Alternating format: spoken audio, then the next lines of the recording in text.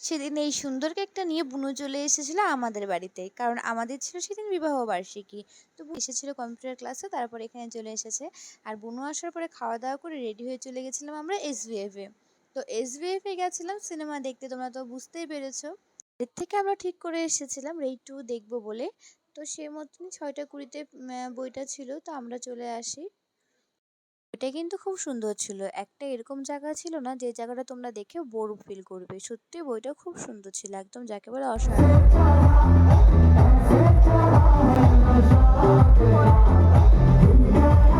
বই দেখে আমরা ভেবেছিলাম খেতে যাব ভূতের রাজা দিল বরে। কিন্তু সেদিন অনেকটাই লেট হওয়ার কারণে বুঝতে পারছিলাম না যে ওটা বন্ধ হয়ে গেছে নাকি খোলা আছে, বা এখন গেলে খাবার পাবো কি পাবো না এটা বুঝতে না পেরে আমরা চলে গেছিলাম। আমরা বেশি কিছু না ভেবে চলে গেছিলাম ১৩ মাস অফ পাঞ্জাবে।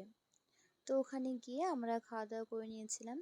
তো এর আগেও আমি একবার এসেছিলাম এখানে। এখানকার খাওয়া দাওয়াগুলো খুব খুব খুব টেস্টি। আর ভিতরটা দেখো কতটা সুন্দর সাজানো গোছানো। তো তারপর আমি গিয়ে ওখানে অর্ডার দিয়ে দিলাম।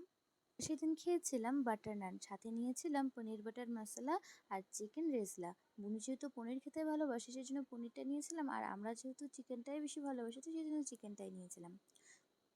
কথা বলতে বলতে দেখো খাবারগুলো চলেও আসলো, আর দেখেই বুঝতে পারছো কতটা টেস্টি হয়েছে খাবারগুলো। তো এখানে আমি সবাইকে সার্ভ করে দিচ্ছিলাম। তো খাওয়া দাওয়া করে আমরা বেশিক্ষণ আর দেরি করিনি, কারণ সেদিন অনেকটাই রাত হয়ে গেছিলো বাড়ি ফিরতে। আর আমরা কুচবিহারে যখন ছিলাম তখনই প্রায় 10:30 বাজেই।